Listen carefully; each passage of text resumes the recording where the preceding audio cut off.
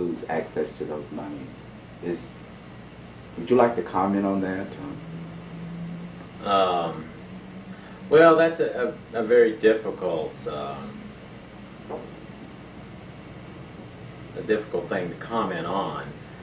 I do feel like that there's a couple things. The term black and white men together sounds extremely sexual to me. It implies togetherness in not just a spiritual manner, but an intimate sexual kind of basis, which is bothersome to me. But I'll be real honest with you, I don't find men of all colors together much better. Actually, I don't find it, any improvement whatsoever.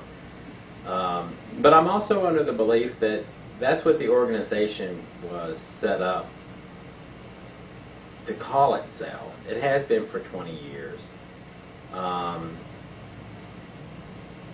I can't think of another name that would do any better than that one. So my belief is, just for me personally, that the name's fine.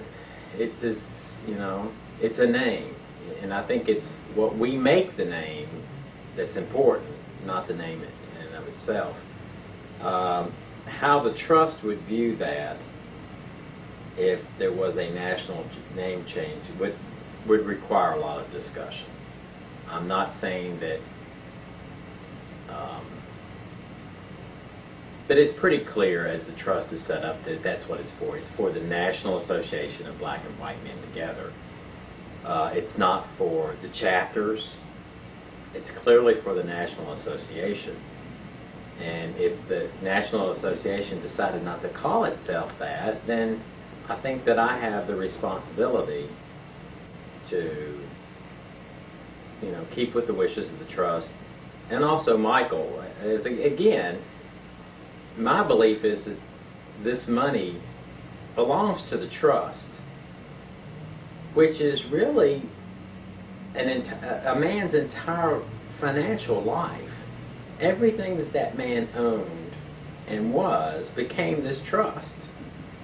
And for anybody just to disregard it and say, well, that's not an important thing, is to really kind of dishonor his being. Michael was not a friend of mine. It's not like I'm defending a friend. I have to go with what I believe is right. And that's what I believe is right. Now, in your opinion, and I know we're spending a lot of time talking about the trust, but we'll talk about some other things shortly. How do you personally feel that by Michael leaving this money to the organization, how has this impacted the organization? Do you feel like that we're better off for having it, or what are your feelings? I think since, I think the first 5 years of the trust, it was pretty much the same old stuff. And while there's a lot of the same issues that are alive today that have been alive since the inception of this organization, I think your 5-year plan, along with my support of it, has made a tremendous change in this organization. I think one of the major aspects of that has been the matching funds. I think it's made people, when people are held accountable as, we were going to do that and we spent the money but we didn't get around to it. When there's no accountability, people don't do. But when you set up guidelines and you say, this is how this is going to work, then people really get off. And I think there's been a tremendous amount of this multiracial, multicultural institute is one. I'm very, very proud of the organization for creating that. I'm proud of you for developing the plan so that can happen.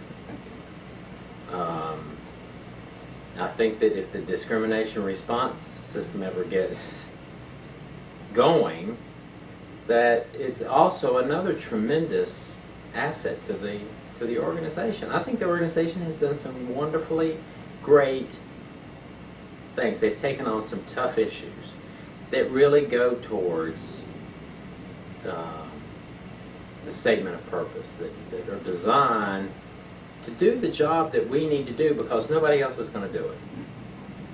You know, most white gay men and women are not interested in discrimination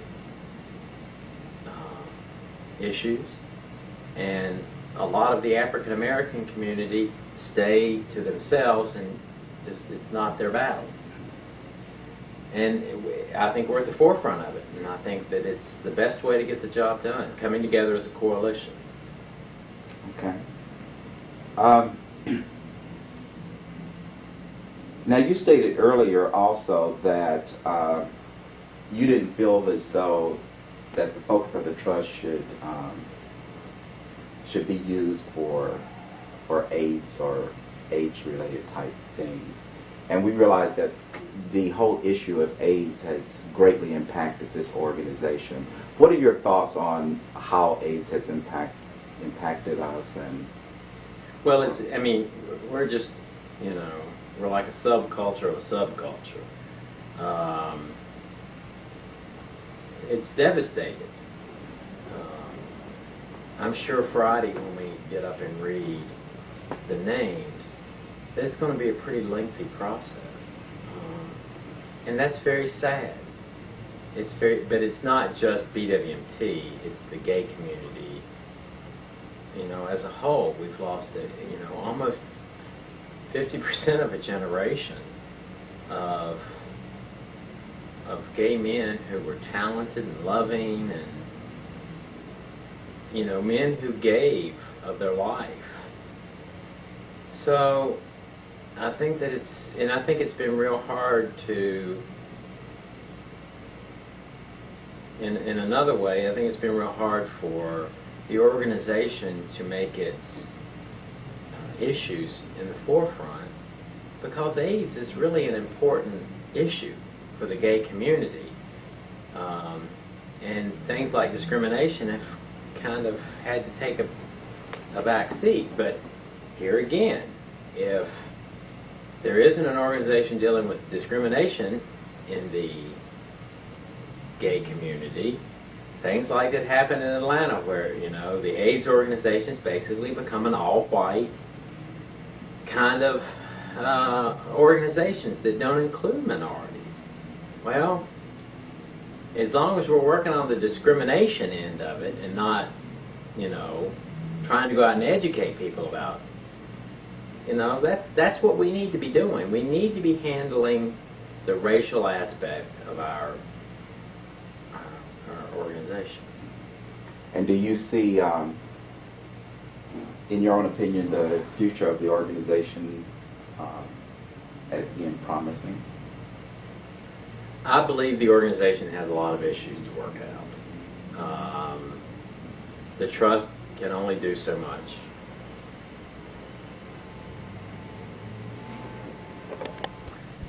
Well, I think that what's going on with the organization, and it's an issue that has been around for a very long time, and it's that of leadership. Every time there's a co-chair election, there's no competition. We're basically looking for somebody to fulfill the role. I believe that there's 6 directorships up for this coming term, and not enough people to fill them. Now, either people aren't willing or dedicated enough to put the time and energy into it, or they're not being recruited. And the organization is going to have to figure that out, because without leadership, there can't be an organization. And it doesn't make any difference how much money the trust gives the organization. If there's not somebody out there following through, making sure the work is done, then it's going to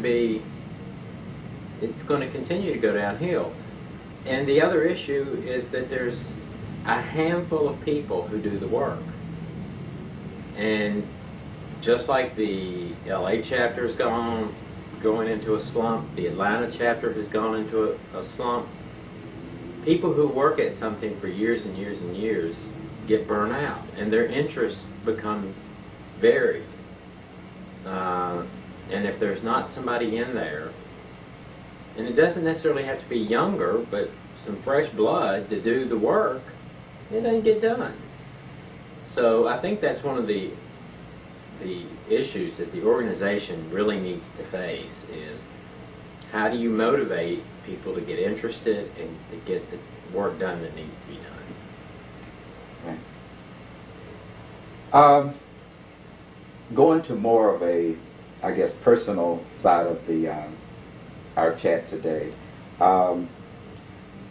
Have you always been involved? You had mentioned earlier about when you were speaking from the standpoint of the trust that interracial relationships was something that you would like to see more participation of the organization taking more of a leadership role in that. Have you always been involved in an interracial relationship? Or? No, I haven't, and I'm not exclusively attracted to one particular race or my belief is that we as a people, and specifically Americans, we need to learn how to get along with one another if we're going to continue on. I do find African American men attractive, as I do Latinos, and I find a lot of different types of men attractive. My last 4 lovers have been African American, but I had a white wife, and I've had at least a couple of white lovers. Now, I think you're also at this point in your life, you're in a somewhat of a unique family situation as far as gay people are concerned. You want to share that with us? Well, actually, an ex-lover from a long time ago, who's now just a very dear friend of mine. We've lived together for about 17 years. And then there was a third one of us who passed away in December. Klaus and Perry and I decided to adopt a child right after Kenneth died. Kenneth died in December, and we made this decision in January. So we are now, and Perry and I live together. So we have a 8, soon to be 9-year-old daughter who is being raised by an interracial couple. Although Perry and I are not lovers, we co-parent together. So, and we've got a wonderful family. It was incredibly sad that Klaus and I had been in a family unit for 24 years. And then when Perry and I became lovers, it just got incorporated, our relationship got incorporated with mine and Klaus's relationship, and while it was not sexual in any way, it became a family unit. And we've always lived together, we've always shared meals together, we sit down at a dinner table at night and have a family dinner.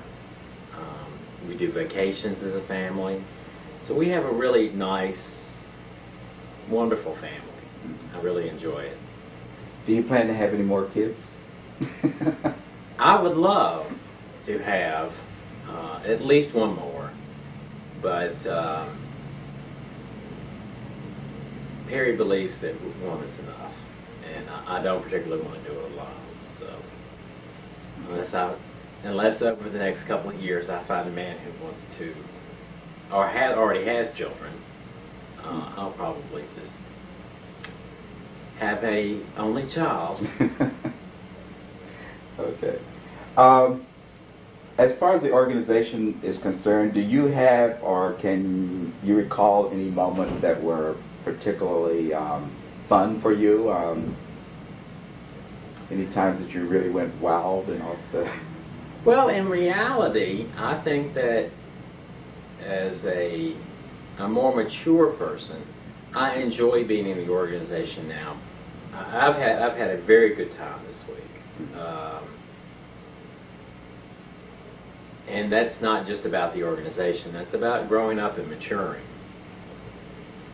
I probably believe the last 2 years have been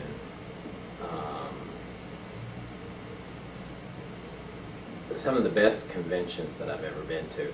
I was extremely touched last year when you and Tim presented me with the clock. I was very touched. And that was the NA Co-Chairs Award that, Right. that you received Right. for all your contributions. And it meant a lot to me that people that I had a lot of respect for also showed some respect for me. It just felt good. So I like that. In that you have served the organization in the capacity that you have, and I'm quite sure that most of the membership of our organization know of you or have heard your name mentioned.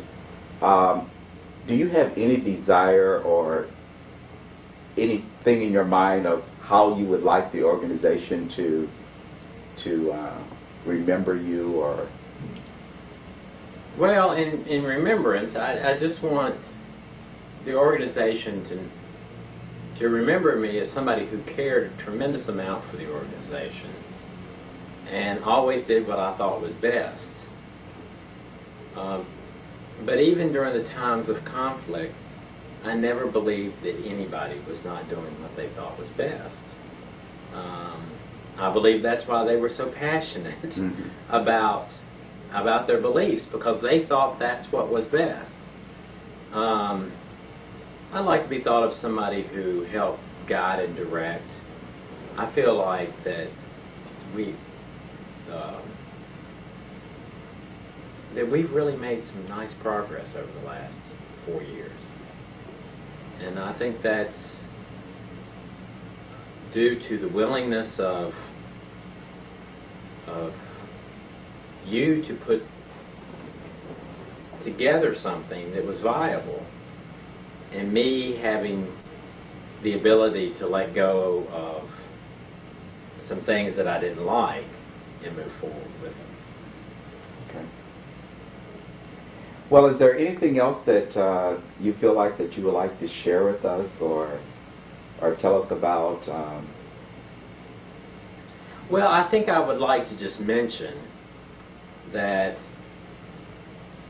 just for recognition purposes, that there are men on the board who have put forward a tremendous amount of time and energy. And that's Douglas Noble and Erwin Rothenberg have really been behind this organization for a long time and have really put in a lot of energy. And I think that's important to recognize. People come and go. And in the gay community, people come and die. When you find people who are willing to put forward the work that they've put forward, I think they need to be recognized in doing such. Okay. Well, thank you for your time. Well, you're more than welcome. It was more than a pleasure to sit down with you at any time. Thank you. Uh-huh.